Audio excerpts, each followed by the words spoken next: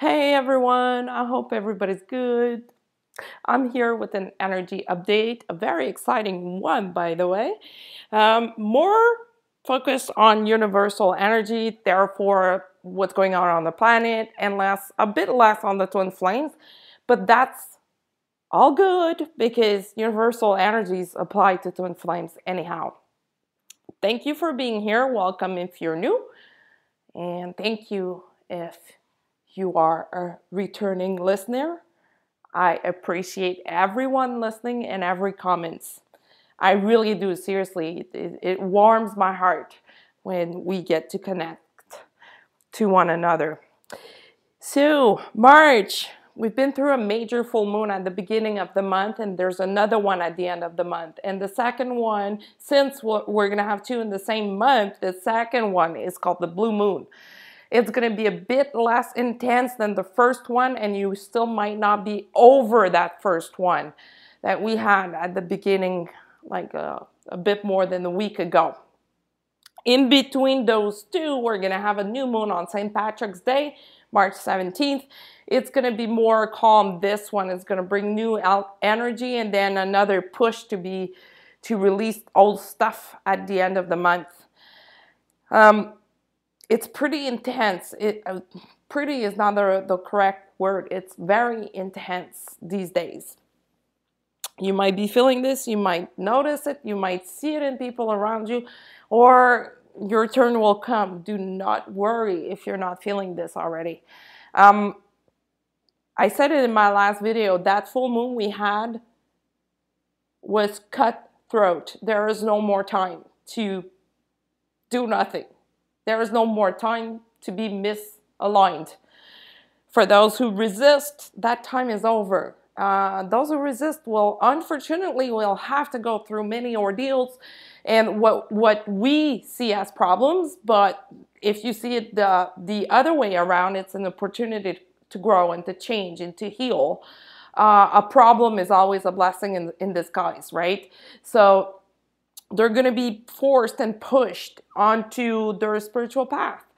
At this point and from now on, the most important thing that everyone can do is ask themselves, what is my soul trying to tell me? What is in my highest good?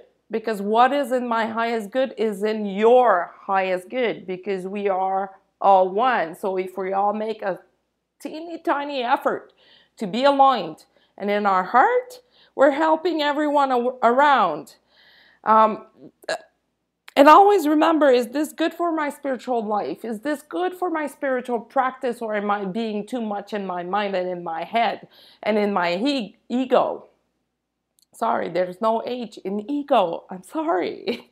Am I being 100% in my heart as I'm doing this activity, as I'm making this decision, as I'm making this choice, as I'm treating this person or talking with this person? Am I being 100% in my heart? Because if you are, it means you're 100% present in the now, in the present moment. If part of you is stuck in your mind and in your ego, you're not 100% in the moment, in the now. You're not. You're stuck in your mind. The mind is either always in the past or always in the future. The heart is in the present. And this week, a veil has been lifted on the entire planet. A veil of old energy. This veil came with a lot of negativity, a lot of darkness, a lot of density, a lot of heaviness in the air, in the atmosphere. If you're an empath, you might be feeling this already. It just happened just this week. You may feel it a bit later too, but it happened. So that's a good news. It's a new shift. It's a new era, if I can say it this way. If you've been educating yourself on quantum energy, they've been talking about this for a very long time. A lot of people under hypnosis have been talking about an event. And mind you, when you're under hypnosis, you bypass the ego, you bypass the conscious mind and go directly to the subconscious and the unconscious. So there is no way that you can make stuff up. Therefore, hypnosis is a very powerful form of healing, a very powerful treatment to get. Um, like I said, a lot of people under hypnosis have been talking about this event. Just they've been taken into a trance state and they've been connected to source and they've been receiving this kind of information. Some people who are empaths have been receiving this information too, just on a day-to-day basis while going on about their lives and just, being active. The event, or whatever way we want to call it, because that's just the label, the event is just about the shift, the energy shift. From going to, we think a certain way and now we think differently. It's a shift integrating the Hermetic principles, which are spiritual laws, like as above, so below. The as above is always the other side of the story, is the other angle of the perception, is what you cannot see with your own eyes, but can only feel or see through your third eye, your mind's eye. You cannot see it or touch it physically. As above, so below is also the connection that we have with the cosmos, with the universe, with the central sun, with God, with that universal energy that is available to all. As above, so below is also a representation of being aligned with your higher self. And with this connection, there is no space for any form of ego. That's the event. It's to shift from operating from the mind and being a mind-based society to a heart-based society where the heart is always right and love will conquer all. The only ingredient needed in life is love. Of course, I'm not talking about we don't need to eat. We're humans in the human body. Of course we need to eat. But talking about eating, for those who love their mom's cooking, why is mom's cooking so good? Because mom cooks with love. Hopefully she does anyway. But, why when... Why does the food taste better when mom is cooking as opposed to when you're cooking? The love. Just the love. That's the only ingredient, the only factor that matters, the only thing that matters in everything, every single little thing that we do. Everything. Because without love, it would be like planting a sick seed in the ground, hoping to get healthy vegetables or healthy flowers. It doesn't work.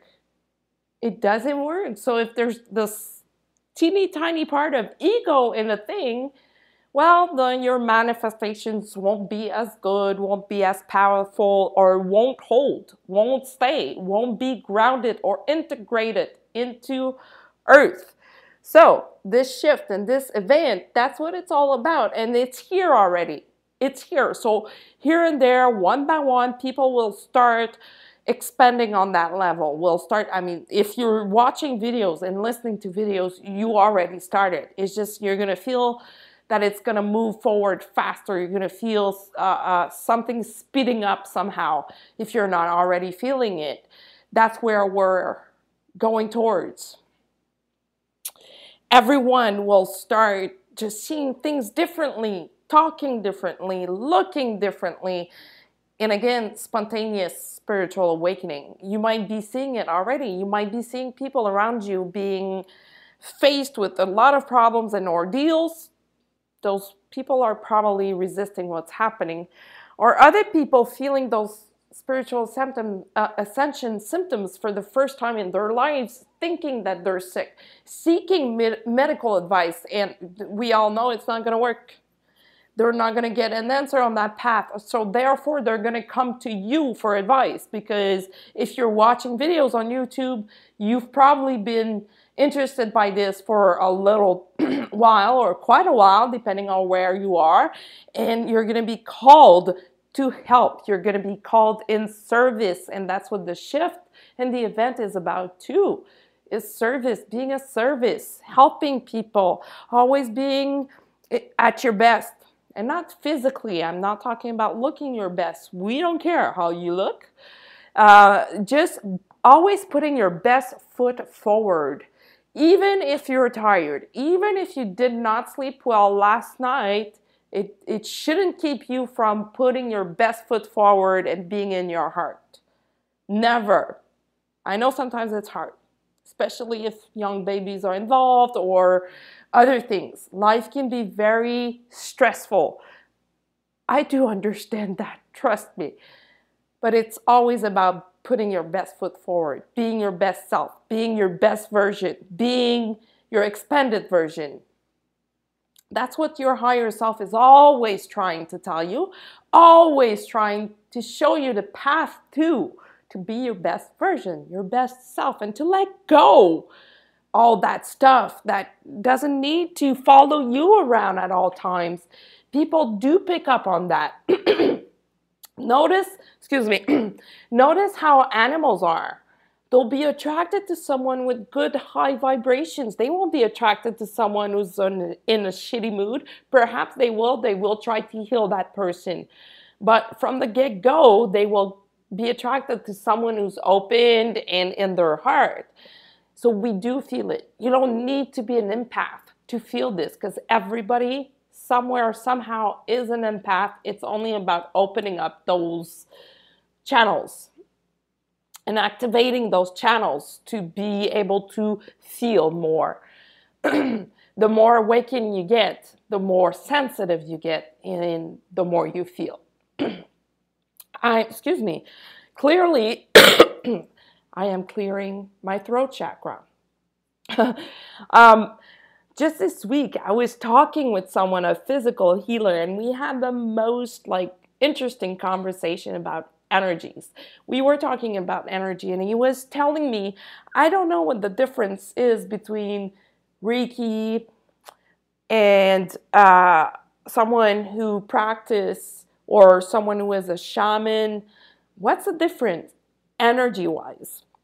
And the answer is pretty simple. There's no difference, aside from the vehicle they use to integrate energy as a matter, because everything is energy. Energy is present in everything, in water, in the clothing that you're wearing, in your body. There's energy everywhere. Life is energy, and the point of being human is to learn the energy language. So it doesn't matter if you practice Reiki, or if you're a shaman, or if you do quantum healing. It's all quantum anyway. It all comes from the same place, the central sun, the universe.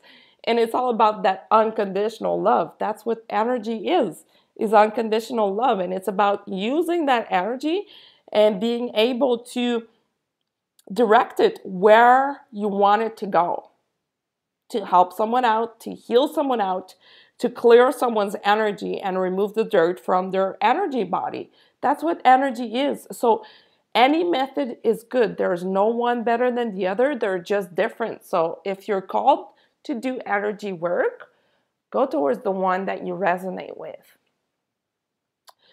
It's just a method that's different, basically.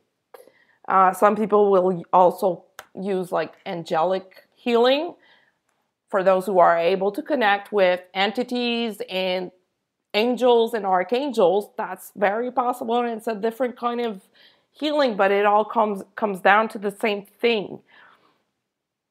Why I'm talking about this is because a lot more people will start waking up to this, to the energy work. A lot more healers will come into service, and if you are meant to do that, you resonate with these words as I'm saying them.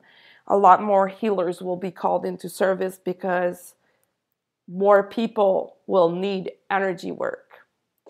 More people will need spiritual work because most diseases have a spiritual root. It's not psychological, it's not emotional, it's spiritual. People make the mistake of thinking it's emotional. They make the mistake of thinking it's psychological. It's not, it's spiritual. It's your patterns.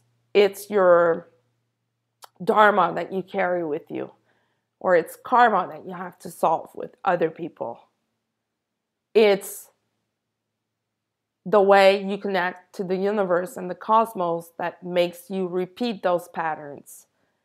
That's how you can work the ego as well, because a lot of healers will make the mistake of trying to tame the ego by using the ego. That will never work. The answer to everything is love. If you start living a life embodying love in every action, and I know I said that, in every action throughout your day, notice how people around you are in a happier mood. Notice the results, how they are better than everything you've done before. Notice how you feel. You're going to feel tired, but a different kind of tiredness. You're going to feel, or you might feel totally energized by it. At first, you should feel energized by it. You should feel like, oh my God, this is so great. I feel so good and I don't understand how. It's love. It's love. If you embody love all the time, you're going to succeed at pretty much everything you're going to do, because human beings are power manifester. We were born to use our spiritual gifts. And I don't mean to be a psychic or a medium. No, everybody has spiritual gifts. They've just been clouded by the ego. They've just been clouded by the education we've received from society or our parents, trying to please everyone, and with wrongful paths. Wrongful paths in the way, like, for me, the wrongful path in my life is psychosomatic. I've been told all my life that I have something psychosomatic, and I've never resonated with that. I've always refused to believe that.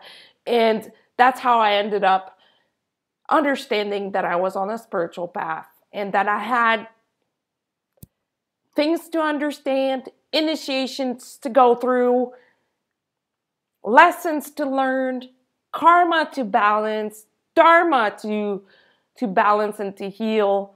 And that's how I was able to heal. I'm not 100% heal because life goes on. But I've done my fair share of work in 20 years being on a spiritual path. And these new energies that are just hitting Earth right now, or started to hit Earth, that's what they're all about. To take that veil off that people carry so that they can become more authentic, more real. No more mask. I was tempted to say, fuck the masks. No more masks. People feel it when someone is not being authentic. So, of course, it's not going to happen all at once tomorrow, because that would be like way too chaotic. Remember, at the beginning of your spiritual awakening, it's pretty traumatizing. It's pretty scary when you don't know what's going on, when you're like, something is happening. Nothing seems to be working. I don't know what's going on, but I know that there's something and I'm not crazy. Well, more people will go into that, but it should be easier and faster for them because there are more people in service to help them. But then again, having a spiritual guide, or call it whatever way you want to call it, someone to just talk to, someone to just get advice from, a psychic, whatever, labels don't matter. Just be careful.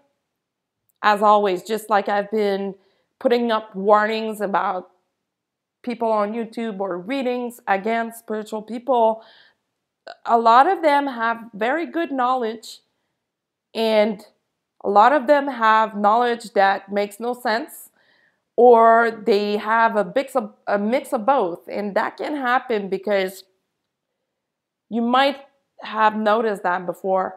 Some spiritual teachers, I'm going to call them teachers for now, but some spiritual teachers have not healed themselves or have not looked at their own shadow side, their own dark side, their own flaws or their own wounds. Therefore, they're out there trying to teach others. That's not really a good mix. That's not really a good match, because you cannot go out there and tell people, do as I say and not as I do. And sometimes it's surprising because those people, those teachers, are often the ones that have very specific information. They can go on one level, on universal level or ascension level or awakeness level, call it the way you want to call it, but consciousness level.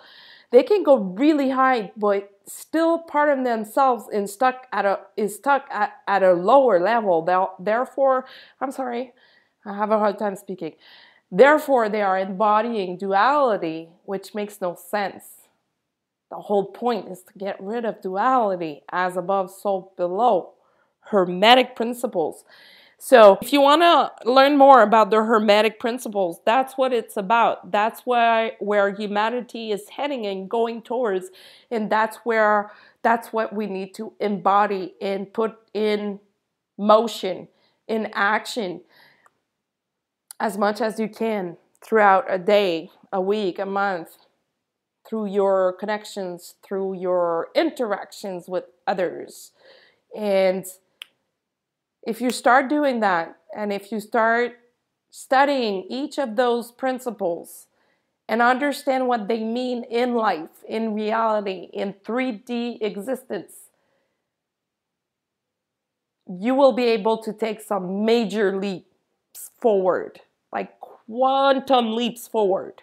Quantum, because those principles represent Christ consciousness, Buddha's consciousness, the central sun's consciousness, universal consciousness, which is we are all one. My actions have an effect on you. My actions have an effect on people somehow, somewhere. Do I want my actions to be positive or negative? And think about the consequences of this. If they are positive, I'm creating good karma. They are negative, I'm creating negative karma that I'm going to have to answer to. I have to rebalance at some point, either in this life or in the next life. So it's pretty deep if you think about it. If you just think about, for example, you go to the store. Something super simple. You go to the store. Do you smile at the cashier when you go pay for your grocery? Do you ask them how their day is going? Just a smile will make a huge difference in her day or his day and in the way they treat you back. So that's a simple example, but there are thousands of examples. So just notice how you treat people around you. Notice how your behavior is towards people in stressful situation or even in moments where you feel good. Usually in the moments where we feel good, our actions will be good and aligned. In moments where we feel stressed out or tired, that's where we drop the ball. And that's where it's still important to be in love. So usually what people should do is just relax, take a breather, and not take it out on people, not take it out. No. Look at yourself instead. You're tired? Fine. You don't have to make people around you pay for that. You don't have to treat them differently because you are tired. No. Sometimes just saying it, I'm sorry, today I'm tired, I'm not at my best, will help the other person understand what's going on with you at that time. Therefore, not judge you. Therefore, be in compassion for you and send you love. Because obviously when we're tired and not feeling our best, what we need is more love, right? Love is always the answer. And when we look at people, we tend sometimes to just judge them, but we never know what they're going through. We never know what is going on in their lives, you know? These people may be battling stuff that you have no idea. So judging them or pushing your perception on them, you know, if you think a certain way, doesn't mean that the entire planet needs to think the same way. Pushing your perception on people is not the right thing to do. And those kind of behaviors are called to disappear with this veil that's been lifted and these new energies. We are all one. We are all one. We are all one. I may see something, you may not see it the same way.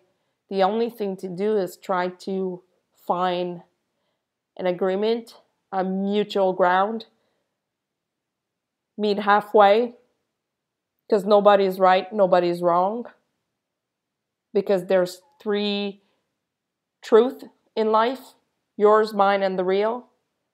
The real truth is the universal truth. Some people are able to see it and embody it and live by those laws. Others are not able to. Others are in progress of being able to. Therefore, until everybody reach that level of consciousness, there will always be little fights, little tensions here and there. What makes the difference is how you treat the situation and the person involved. And that has a direct effect on your karma. And you can see karma as a bank account. Either it's positive or negative or at zero. But very few people are at zero, because it's almost impossible to stay neutral in terms of karma. It's either positive or negative. So think of it this way. Do you want to be in the negative or in the positive? That's how everything works in life. Again, the Hermetic principles.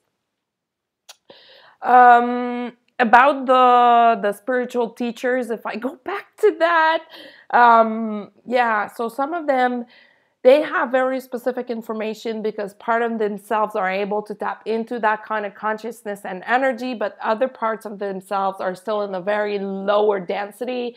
Therefore, it reflects in their teachings or in their intentions or in the effect that their teaching is going to have on you.